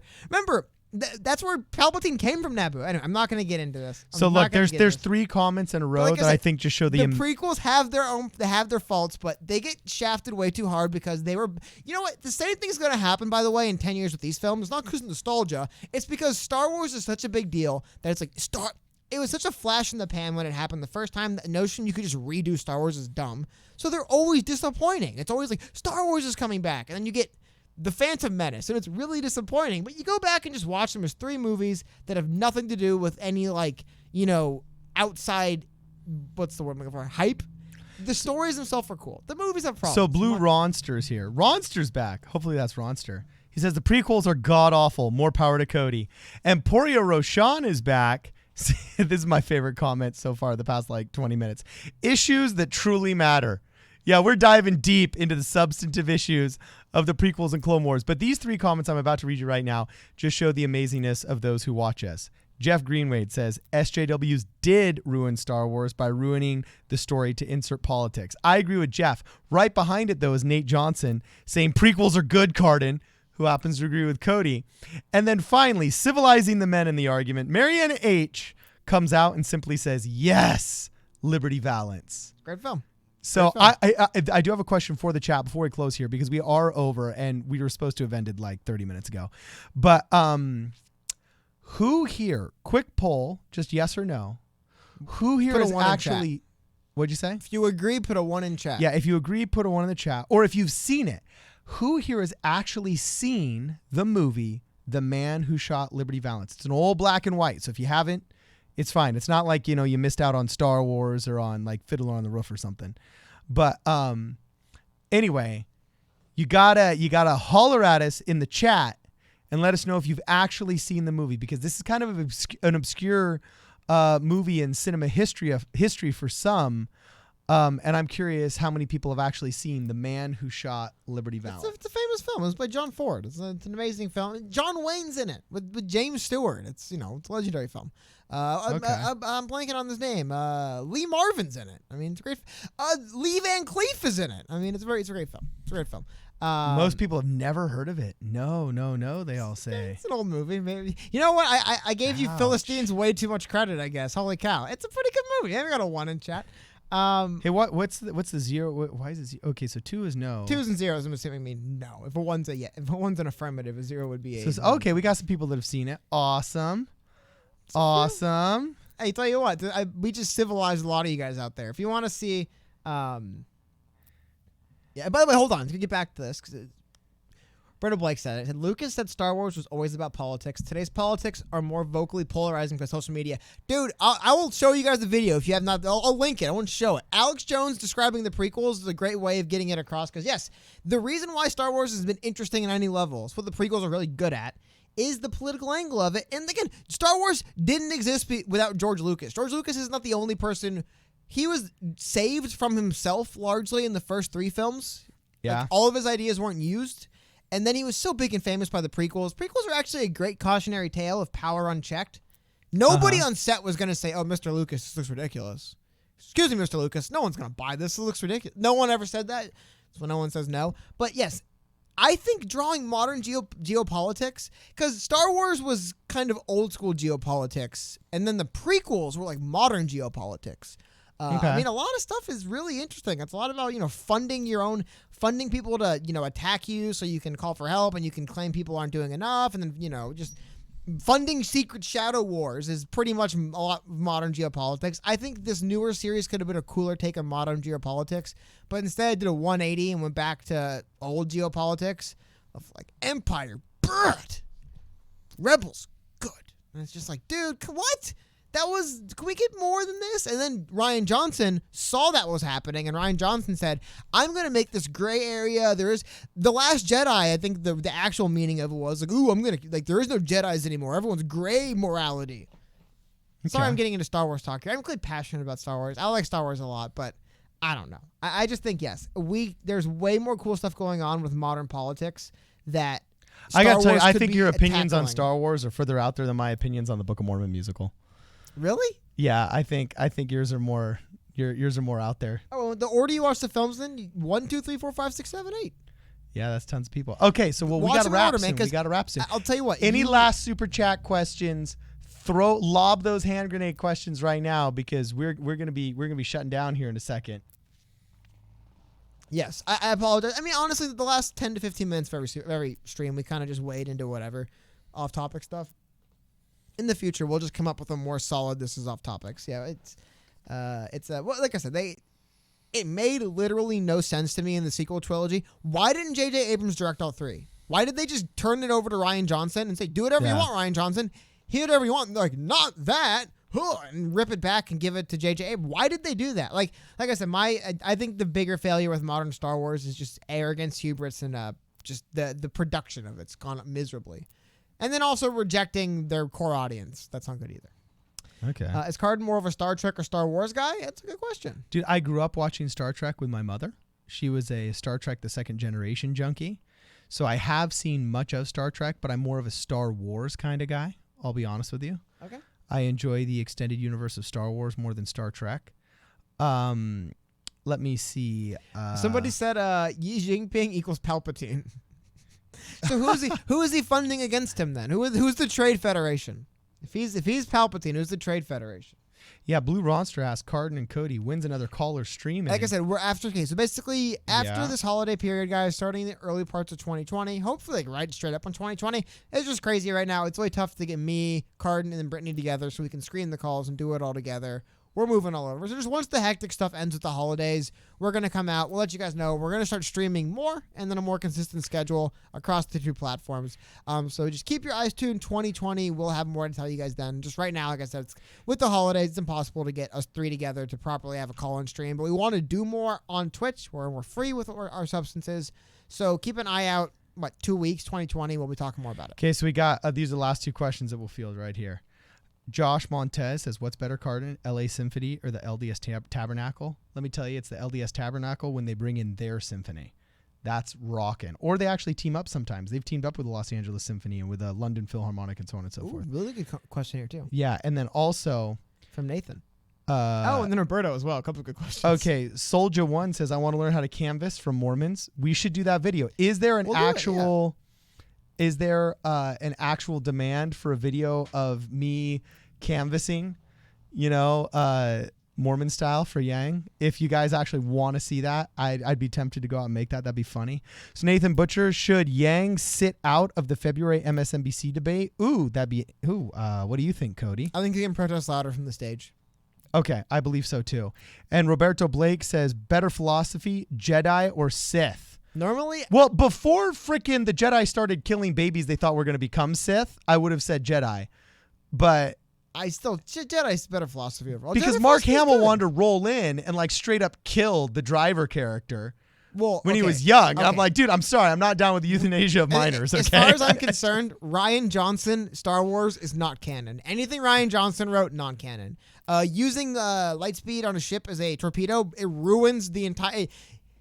Everything Rian Johnson did is non-canon. So non-canon, Rian Johnson aside, if they could just say the EU isn't canon, Rian Johnson sure as hell isn't canon. I think Jedi philosophy makes way more sense. Okay, we're getting unanimous yeses on the video. So Cody, I guess you're gonna have to be a cameraman. Oh no! When I go out knocking I'd love doors. to do it. Yeah. Are you gonna be my companion? I'll put you in a white shirt with a tie, and we'll get a little black plaque. But instead of saying the Church of Jesus Christ of Latter-day Saints, it'll say Yang 2020. Maybe, I don't know. I don't know. I'd have to. Oh man! And look at the normally. Actually, I wouldn't dress up as a Mormon missionary because people would treat you like crap. What I would do is I would just wear something normal. Dude, we'll do it. Actually, we'll do this video. It'll be interesting, and I'll see how many people I can get to vote to register Republican, and how many people I can get to vote for Andrew Yang. You brought it up, so I mentioned it. I have to do a slight shout out. I'm not gonna get we'll too alternate far and see what's more well received.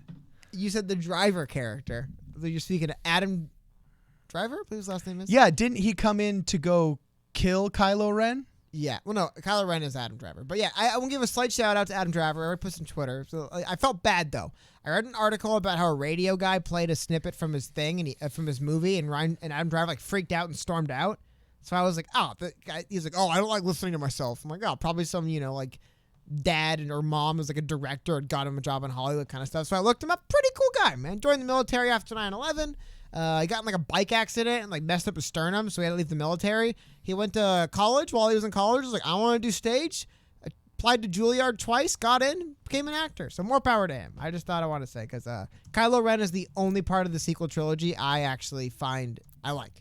I like Kylo Ren. I think he's a cool, interesting character. They ruined him at the end of The Last Jedi, like they ruined everything.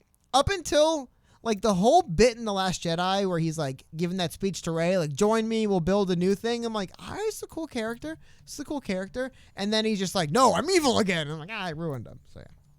All right. Yeah. And while we're on topic of Florida, no offense, but dude, Broward County, Florida is like, it's like I said, it's like the Twilight Zone and Twin Peaks mixed together. You know what I mean? It's like this No. one. It's like the Twilight Zone localized. 'Cause Twin Peaks was less about, but there's weird stuff, spooky stuff. I don't know, man. Just that place. The only reason why I say it is because I have a friend who lives in Broward County, so I hear about all the. So apparently, Anthony has already aired his grievance, saying this got boring with all the Star Wars talk, and we got some friends in the chat saying, "Sorry, Yeah, it was a super chat. Super chat did it." Hey, the way to get out of a super chat or a Star Wars conversation initiated by a super chat is just send a super chat of your own. No, but we're ending. The bigger thing is we should wrap. You could tell we're supposed to wrap about 15, 20, 30, 40 minutes ago because we're clearly just kind of done. Sorry about that, guys. Anyway. Well, I guess I wasn't going to do it. You said we were supposed to end it? Oh, wait, I got something to say. Someone said official predictions for who wins the debate. Like I said, I don't know if I don't think anyone wins this debate. It's about minimizing your losses. Klobuchar. Klobuchar. I don't think anyone wins Klobuchar the for the debate. win. Like I said, I don't think debates really make winners. I just think, dude, if you could survive a debate and not come out looking worse than you started, more power to you, because they really have not set anyone up. Actually, I'll tell you exactly who's going to be the debate winner. You want to know who the debate winner is going to be, Cody? It'll be Joe Biden. Okay. Because as long as there's chaos on stage, he is a security blanket candidate. When there looks like there's confusion up there, people will fall back on that which they know, and that which they know right now is Joe Biden, because he was Barack Obama's boy. So I think as long as there's lots of candidates and confusion and infighting, Joe Biden is the winner if he just stands there and doesn't start bleeding out of his eyeballs. Yeah, okay. I mean, if I had to pick a person, I definitely think this could be the first debate that Yang actually steps forward with the less amount of people. The reason why, though, is going back to, I think Andrew Yang has been hoping for someone to put him on his back foot. Perhaps he's more of a counterpuncher, so to speak. And I think he's trying to kind of bait people out a little bit with his healthcare policy, the way it came out and when he released it. I think he wants them to attack him on that. So if they attack him on his healthcare policy and he defends it correctly, then he wins the debate. Because that would be a very successful debate. Big if and win, right? I think for the most part, if anyone who gets out of this debate not looking worse did themselves a big favor. But if Yang can force the conversation around his Medicare plan or his healthcare plans, that's a massive win for a candidate like Andrew Yang. Okay. So anyway, guys, if you can, like the chat or like this video once it's a VOD, share it with your friends. Thanks to everybody who gave us super chats today. Love your participation. Loved your questions. Make sure before we end here that you guys go to follow us on Twitter. Ooh, one last super chat by Jay Watt. I love how different you two are, but have great chemistry. How'd you two meet and what inspired you to create this show? Also, the Carden says, okay, fascinates me. All right, thanks, Jay Watt. Quick 30-second Reader's Digest version of how we met. I had a Problem Solver Politics radio show at the local radio station, FM 98.1, and Cody was my board operator. And that show focused a little bit more on local politics, whereas we wanted to talk about the national conversation. So we both kind of came up with the idea of starting a podcast together. He's basically the technical brains, and I am the kind of location brawn. We built a studio, and here we are. So we actually met at a radio station. He was my board op, which is also why I encourage anybody else that watches this channel that has a voice and wants to say something to literally just go out, and it doesn't matter the venue that you want to speak from or the platform that you have access to. If you're a writer, just start writing. I don't care if you're publishing on Facebook. If you're a comedian that's got good one-liners, just start literally publishing on Twitter. If you're a videographer and you're a video person, just start publishing on YouTube, or talk to your local radio station and say, hey, do you need somebody at midnight to read your traffic? You know, just like get started, because the second you just start wading into the waters of the river, the current will sweep you away and take you all kinds of different places you didn't know you could go. So anyway, with that said, thank you very much for all the super chats, guys. Michael Jones says you are the looks, Carden. Boom shakalaka. This guy, I might just have to give him a free hat. You know what I'm saying? Because we're going to frame that comment right there, Cody. We're just going to frame it. I guess I'm used to him, so I don't. Yeah, thanks. Thanks for letting me have the scraps that fall from the from the table, as it says in the book of Matthew. So anyway, thanks for hanging out with us, guys. Make sure that you follow us on Twitter. If you want to leave us a voicemail, call us at 1-833-PSP-radio. This is Problem Solver Politics. We will see you guys in the next video.